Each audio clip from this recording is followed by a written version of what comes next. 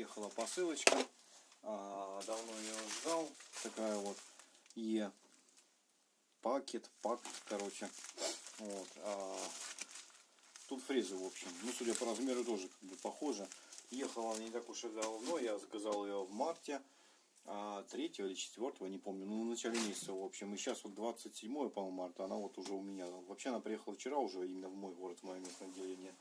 Но так как Почта России сделала удобный график с работы этой почты, которая в 5 часов уже вообще закрыта, то есть начинает закрываться там без 5, без 7 минут где-то, ее почтальон закрывает, то в местное отделение я этой Почты России попасть, естественно, никак не могу. Потому что я работаю до 5, пока я доеду, ну, в лучшем случае будет 5-10 до этой почты. Вот, а она уже будет все это время закрыта, как бы. Такие вот дела. Ну и, собственно, фреза для фрезера у меня. Я в городе довольно-таки мало могу найти фрез у себя. Вот только пару нашел, одну кромочную, и то не понял долго с ней работать. И одну такую, типа U-образную, ну как пазовую, короче, получается. Вот. Ну, заказал в Китае. У нас они, как правило, поштучно продаются. И даже не очень качественно, минимум 100-120 рублей стоит. Более-менее что это 150-200 за штуку. А тут вроде должно быть 12. Посылка пришла, в общем. Ну вот небольшой косяк есть по упаковке. Вот здесь вот так немного повреждено, но это не дырка. Вот. Открываем пакет вот так вот. Так. Обычный пупырчатый пакет. Больше ничего там нету. Во. Нет ничего, показываю, видите. Такая вот коробочка в целлофанчике таком. Написано 15. Тут 15 фрез. Есть набора 12, по-моему, есть 15. 8 миллиметров это основание. Ну, по стандартной фрезе у меня Диолт 1.6. Кто хочет, может посмотреть видео. На моем канале я делал обзор. И вот эти по одну или две фрезы я показывал. Интерсколовский я брал в нашем городе. Такая вот недокоробка, потому что вот она вообще деревянная. Это сверху что-то еще. Так. Скотчем приклеена. Такая вот штуковинка. Под названием пластиковый пакет, который просто так теперь не отодрать. Сейчас мы ему поможем. Какой-то даже пакет корочный. Тут какой-то вот код Made in China, что-то там, короче. Это нам тоже не надо. Какое-то все тут вот такое вот подмятое, не знаю, 1000, по-моему, 70 или в районе 1000 рублей, плюс-минус 50 рублей мне этот набор обошелся. Так, картонку тоже убираем. Такой чемодан. Угол не скругленный, угол скругленный. Как-то вручную обрабатывали. Ну, типа фанера. Ничего не повреждено.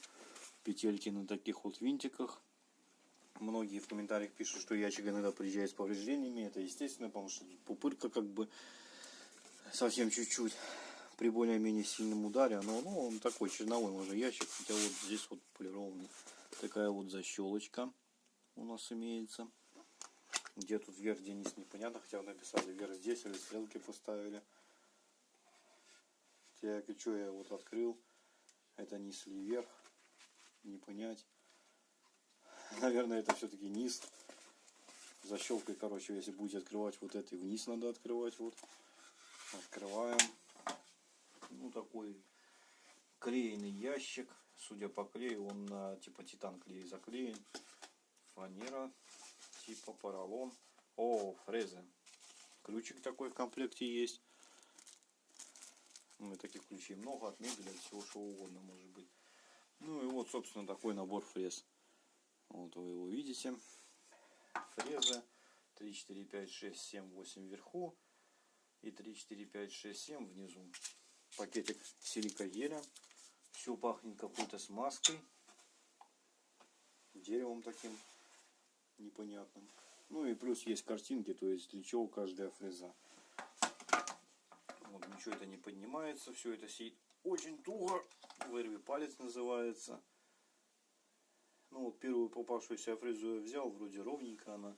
Это Straightening Bit, написано 3 мм. Короче, это квадратный паз вовнутрь сделать на 3 мм. Нормальная фреза.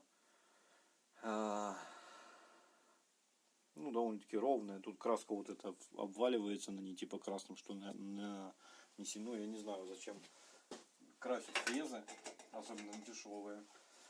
Это набор чисто вот для начинающего. Если не покупать фрезы, там рублей по 150, по 200, как я пару некоторых взял, потому что у меня варианта не было в комплекте с фрезером. Диол почему-то не положил фрезы, хотя до этого набора я видел, где есть фрезы. В моем 1.6 МФ 1.6-01 фрез не было. А вот как начинающему попробовать себе такой набор самое то. Тело фрезы примерно 28 миллиметров плюс-минус, я вот померил угольничком. Ну, 3-миллиметровая фреза, в общем,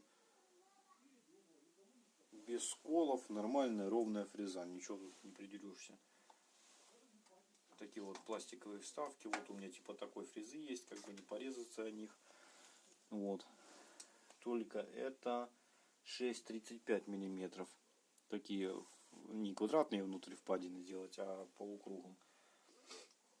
Вот, а у меня, по-моему, то ли 3, то ли 4 миллиметра. Ласточкин хвост есть.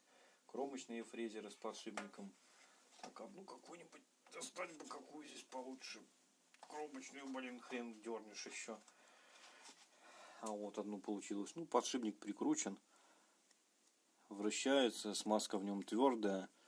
Ну, не такая, чтобы, ну, в общем, нормально. Он вроде вращается. Не трещит. Типа ласточкин хвост. Вот большая тоже такая же.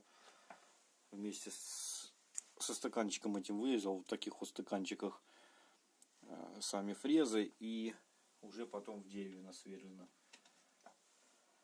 Вот. Эта фреза точно такая же, только 12 миллиметров. Типа квадрат вовнутрь делать. Так, ну фрезы не такие, чтобы очень не...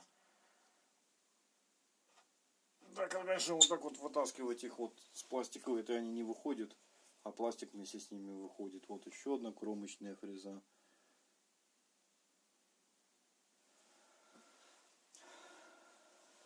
Подшипник какой-то тугой, а он засажен по полной такой.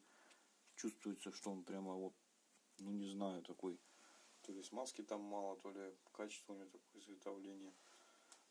Ну, то есть с подшипниками эти штуки будут жить не очень долго. Я в основном брал, чтобы прямые вот эти фрезы были у нас в городе, прямых этих нету, которые внутрь квадратную канавку сделал. Здесь их 3.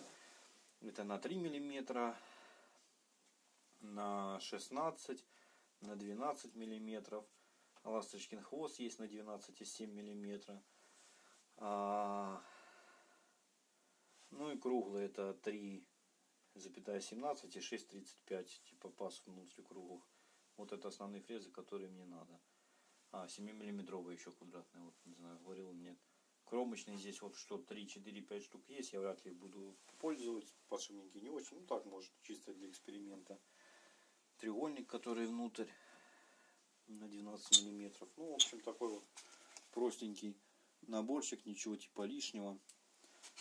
Для как новичка самое то попробовать. Даже если бы здесь было 10 фрез за 1000 рублей, то есть это по 100 рублей, тут дешевле 100 рублей фреза одна выходит. То есть какие-то простейшие работы, я думаю, ими сделать можно. И нормально фрезеровать. Интерсколовские фрезы, конечно, хорошие, качественные, в руках держишь, в индивидуальной упаковке все они. Но как бы цена вот это в среднем где-то 120-150 рублей, это минимум. Если найдете хороший магазин, хорошего продавца, и поштучно они будут в наличии. Часто их вообще не бывает. Либо бывают такие, которыми вы не будете брать и пользоваться. Типа вот такой кромочной фрезы непонятный какой-нибудь у них бывает, остаются. И как бы даже не знаю. А в этом наборе все сосредоточено. Можно как будут выходить из строя в этот ящик доработать. Немножко подрасточить этот пластик и 8-миллиметровый фрез нормальный вкладывать, брать поштучные, которые часто нужны будут. Вот такой ящичек, в общем. Ну, приятный такой ящик, согласитесь, деревянный, размером с ладонь. Сейчас его размеры даже вот 175, 125, грубо говоря, и толщина, ну, почти 50, там 48 получается где-то вот у него. Вот.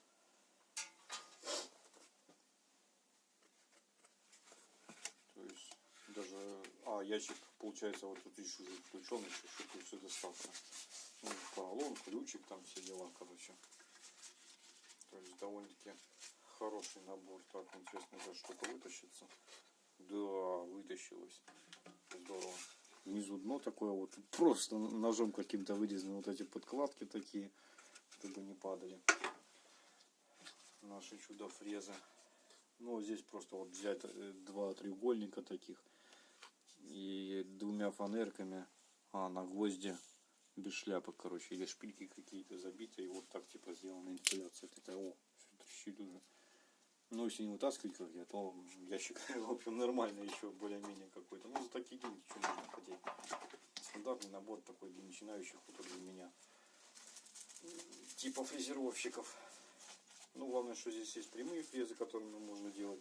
И ласточкин хвост. Я вот рамки для металлоискателей, если на канале смотрели, делал круглой фрезой за неимением пока ничего. Ну, такой внутрь, который круг. И потом край подфрезеровал. А теперь могу пройти просто прямой фрезой, например. И сделать ласточкин хвост. И обмотка будет хорошо держаться. То есть дорабатывать не надо. Гораздо меньше. За два прохода, то есть прямой фрезой надо будет сделать. И один проход, наверное, ласточкиным хвостом. Все одним фрезером. Без проблем, как будет сделано. Вот, фрезы на этом канале еще моем появятся. Я покажу, как они фрезеруют, как они в работе. В основном я фрезерую либо сосну, но очень мало это кромки, либо березовую фанеру. Вот в 10-миллиметровой фанере я вот пазы делаю. И ну вот интерсколовские, которые у меня фреза, такая вот U-образная одна, которая, тоже ее покажу поближе. То есть ей я прошел где-то в общей сложности, как я подсчитывал, где-то 30-35 метров фрезеровки глубиной 6 миллиметров. Ну 6 миллиметров я не за один раз, естественно, снимал, а снял сперва 3 миллиметра, а потом за второй проход еще 3. И как бы все нормально, режет замечательно. Ну, кромочный я там пару метров все прошел и толком не работал. Как для начинающего, это единственная фреза, которая мне вот в том магазине, где я фрезер брал, было более-менее понятно, что с ней делать. Остальные там были жутко специфические, для вырезания замков такие существуют. Города, которые небольшие, где мастера не очень такие прошаренные в инструментах, но я думаю, фрезером у нас никто не врезает замки. Это может быть на производстве. Ну, вот так краткий обзор. В общем, что такие фрезы можно взять за 1000. Вероятно, если понадобится, могу оставить ссылку на продавца. То есть 15 фрез. Вот. Можете взять набор с 12 фрез, будет дешевле, там рублей на 200, по-моему. Вот. Но я вот думаю, что оптимально брать на 15 и уже с ним, то есть, работать более понятно, что было, какими фрезами вам в дальнейшем нужны и вообще, что это такое и как фрезеровать, если у вас есть ручной фрезер. Все, на этом все. Видео закончено. Вот такой вот деревянный ящик.